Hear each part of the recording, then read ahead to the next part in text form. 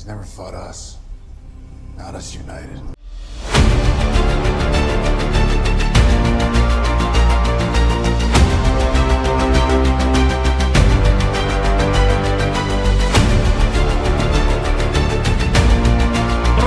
Oh! I can so see that. That's it. Welcome to Comics League, Justice League Rewatch. I'm Jared. I'm here with Nick from the Phoenix Press. What's up, dude? Hello. Now that I'm on your channel, I have my filter back on. Gosh darn it. Yay. So, for those of you that, remember, for the longest time, we've been rewatching Justice League. So now we're at season 2. And I honestly forgot that season 2 was a New Gods episode. So when I was watching this, I was like, yes, because I freaking love New Gods. Talk about starting off like super strong. Yes, exactly. So for those of you that don't know, so this episode actually brings in continues an arc from the Superman animated show, actually multiple arcs, because you have Brainiac who shows up in this show. Then we also have like Steppenwolf dies in the first like 10 minutes of this episode, which is kind of interesting because you see the old design for Steppenwolf and it's like, it's cool. But again, I look at the Zack Snyder's Justice League design for it and I'm like, yeah, I like that design a lot better. Well, let's just pretend that was the Joss Whedon version. Yeah, okay, that's fine. No. Don't sully the Justice League show's reputation. Thank you, Nick. Jeez, why do I keep you around?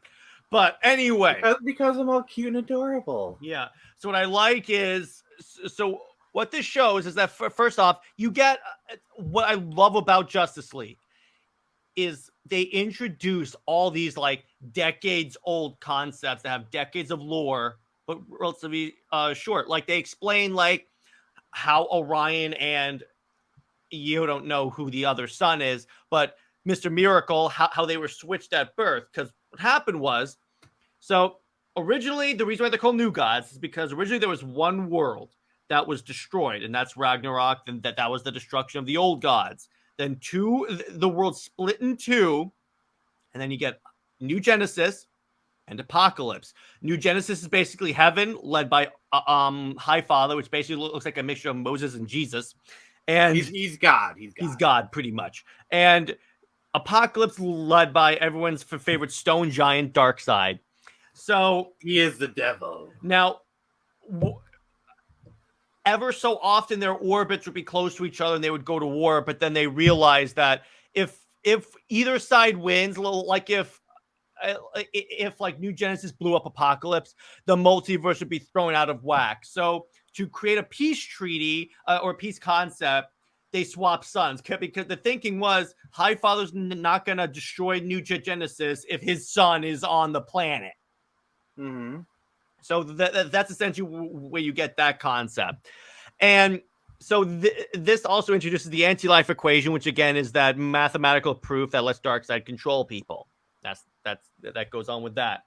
And this brings in an interesting Hawkgirl episode too, because it brings in she's homesick and everything. It lays down the foreshadowing like extremely. Yes, I told you season 2 is good. If you pay attention with Hawkgirl in season 2, they foreshadow. Every time they bring up Thanagar, she changes the subject right away.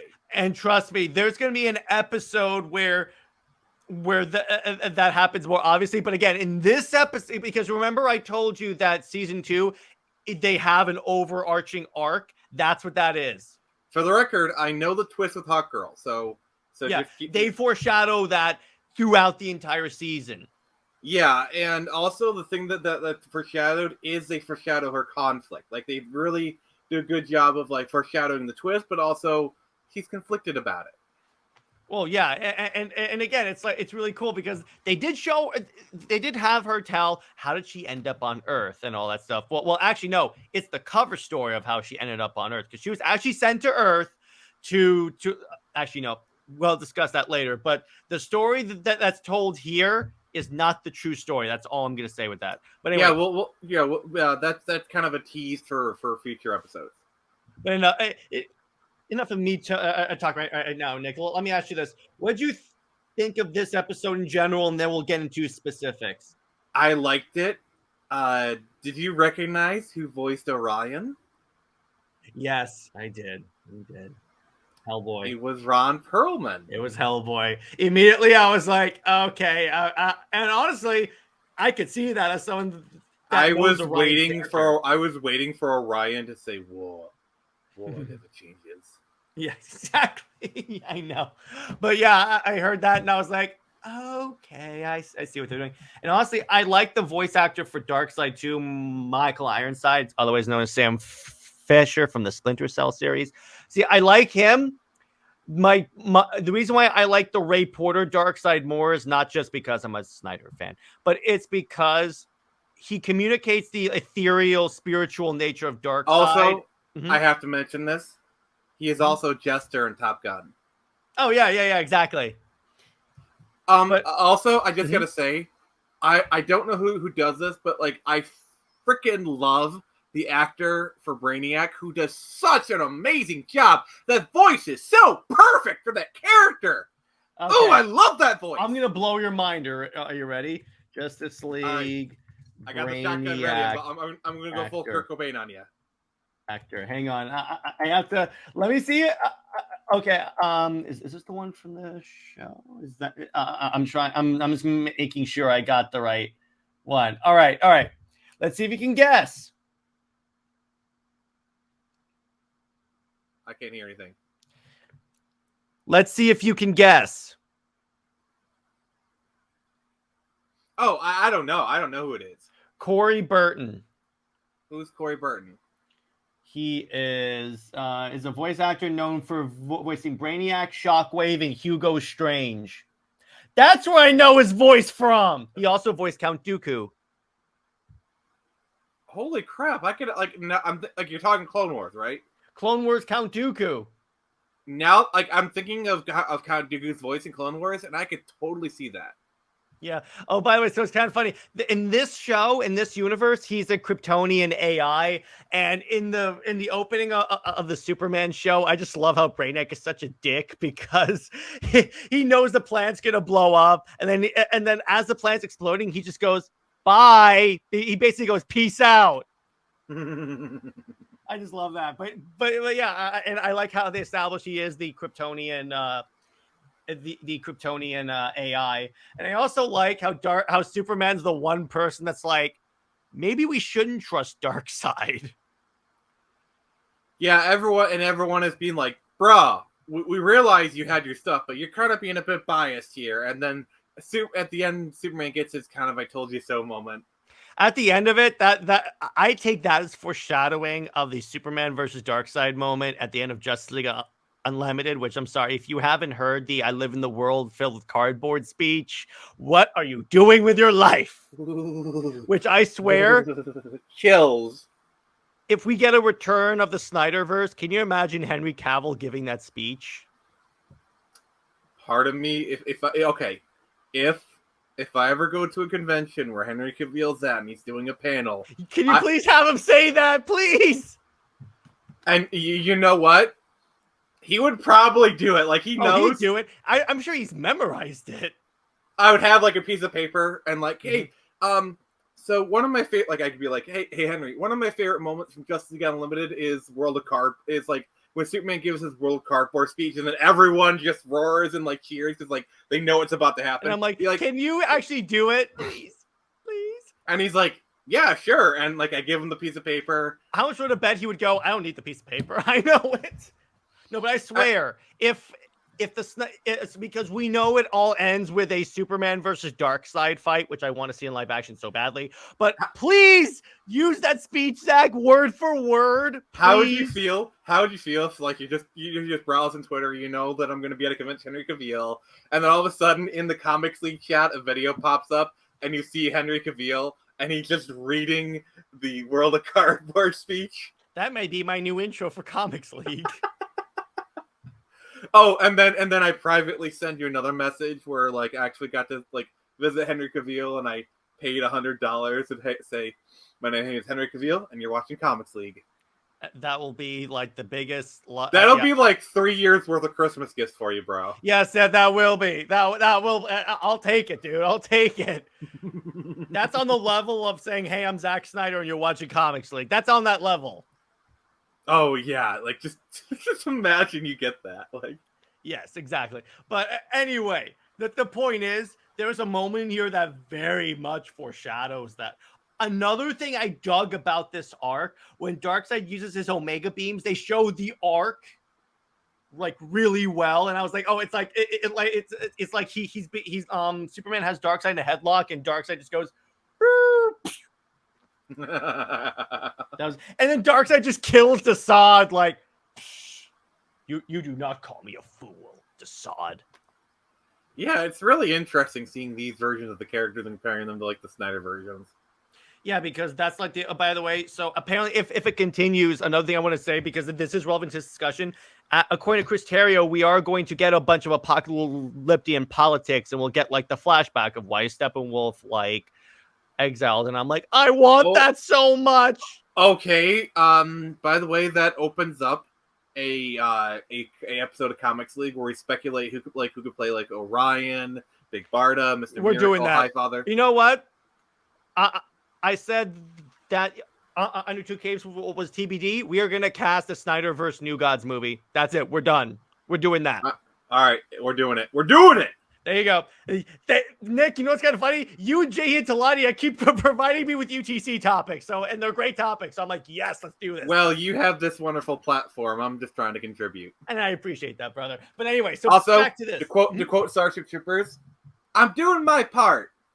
Yeah. So let me ask you this, Nick. Did you see the whole Darkseid aligning with Brainiac twist coming, or was that like a surprise?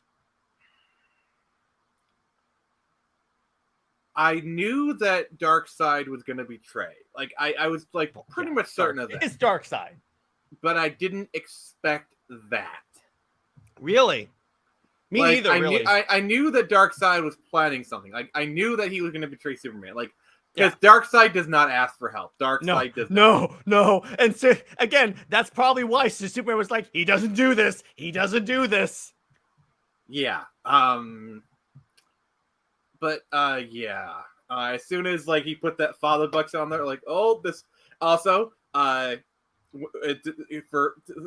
quote Luke Skywalker, this is not gonna end the way you think. Mm-hmm. By the way, fun fact: Darkseid actually was first like debuted in the comics universe in a Jimmy Olsen book.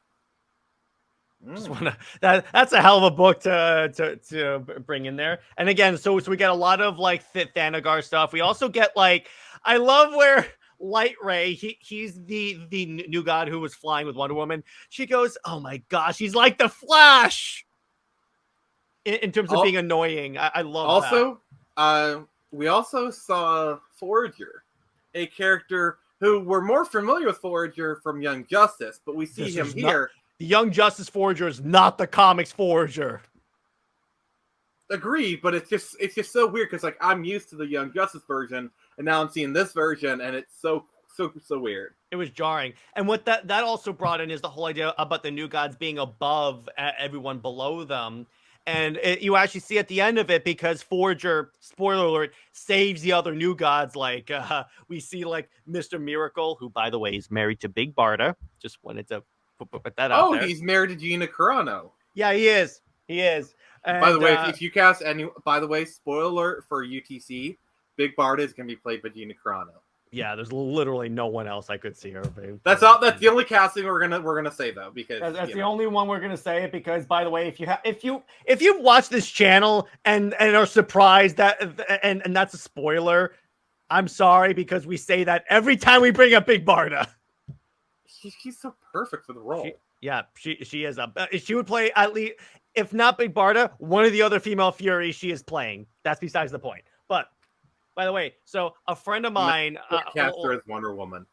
Speaking of that, what's actually really cool, I was reading a fan fiction story like a long time ago where they said, what if Wonder Woman was actually kidnapped and raised as a female Fury? And I'm surprised we've never gotten a comic of that. I thought that was a storyline. Nope, that was not a comic storyline. Because I feel like I swear you brought that up before. as saying that there was a because. So, spoiler. Actually, no, I'll say this later. We're getting really off topic with this, but anyway. But what is an episode on Comics League if not off topic? Yeah, it's a miracle. We stay on topic half the time with it's all a of Mr. Miracle. Exactly. That's a good one. But anyway, so we see that, and you see like even Highfather's like, you know what? Everyone has basically value and serves a purpose. We're not above you, and you're not below us. We're all equals. And contrast that with how Darkseid treated Darkseid in the beginning of the episode when Darkseid was like critiquing Darkseid's strategies. He just killed him. I mean, he's literally called Darkseid. No, but I know. But this episode does a fantastic job. Subtlety is not his strong suit. Yeah, and it's pronounced Darkseid. It's not Darkseid. It's Darkseid. But anyway, but I'm sure he has a Darkseid. Yes, thank you. Her name is Grail. But anyway, this episode again does a great job of like explaining in. I don't want to say kid terms as an insult. What I mean is because this is a show also targeted toward kids. So they explain it in a very simple way. The contrast between Darkseid and Highfather in that Highfather sees everyone as... Highfather basically has the same like outlook as Superman. He's like, everyone has value in that idea. Mm-hmm. I dig that. So Nick, let me ask you this: how would you rate this arc out of 10? Give it a 9 out of 10. I give that. I agree with you on that one. I agree with you on that one because it's got solid action. It's got funny moments.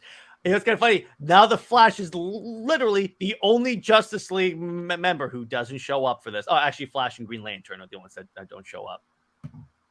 Yeah, Green Lantern probably would have been a big help too. Yeah, which I was thinking of the Flash, but what would the Flash do? Run? Well, yeah, that's what he does. But run, Barry, run! I know. Well, the Justice... Well, technically he was, because in a deleted scene, Wonder Woman went, "You're not the Flash, Wally. We are." I had to do that. But anyway... But basically just the way that this episode handled the New Gods, because if you hadn't watched Superman, this is your first introduction of the New Gods. So, and Nick, why do you give it a 9 out of 10? It's an explosive opening, and I just like it, you know. And so, question. So going forward in this season, we're going to get more serialized storytelling. Is that correct? In other words, a storytelling that tells a complete arc. Yeah. It's going to seem episodic. But if you pay attention to Hawkgirl's dialogue, it will be foreshadowing and building to the finale. So we're still in the like episodic thing, but it's getting a little more connected. It's a lot more connected. You will see the through line as the episode goes on. All right, very well. And so I'm just pulling up Max so I can tease you guys on what the next arc is. But in the meantime, Nick, let me ask you this: who is your favorite New God character that was introduced in this episode? Orion. I'm biased. I love Orion. Because of his voice actor.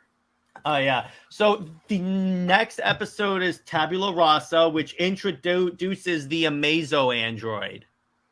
Ooh, that'll be interesting. And then we're also approaching the Dr. Fate arc. And then eventually we're going to approach the Justice Lord arc, which is basically Injustice. It's Injustice before Injustice. That's what I'm going to title the episode. But there are a lot of really solid in this episode in this season specifically. There are a lot of them that are going to be in that 9 out of 10 area. Alrighty, including their like near the end before the like third to last arc is their version of the death of Superman. Oh, okay. Which it'll be awesome. So on that, we're going to leave it. So So Nick, I'm not going to ask you like how would you, unless you want to answer this, how you would compare this to the other arcs. But I vote that we start with a fresh slate because it's a new season. Yeah, I agree. Yeah, okay, so we're gonna do that. So in the meantime, guys, drop in the comments. If you enjoyed this episode, what was your favorite part? Who was your favorite character? Who your favorite New Gods character is? If you recognize Ron Perlman without having to be told that it was Ron Perlman. Oh, by the way, Orion, for those of you that don't know, he has like a berserker rage mode because he's the son of Darkseid, and that's what Young Justice did this so well. That's one of the few things that last season of Young Justice did really well. But beyond that, stay heroic, everyone, and we will see you in the very next episode.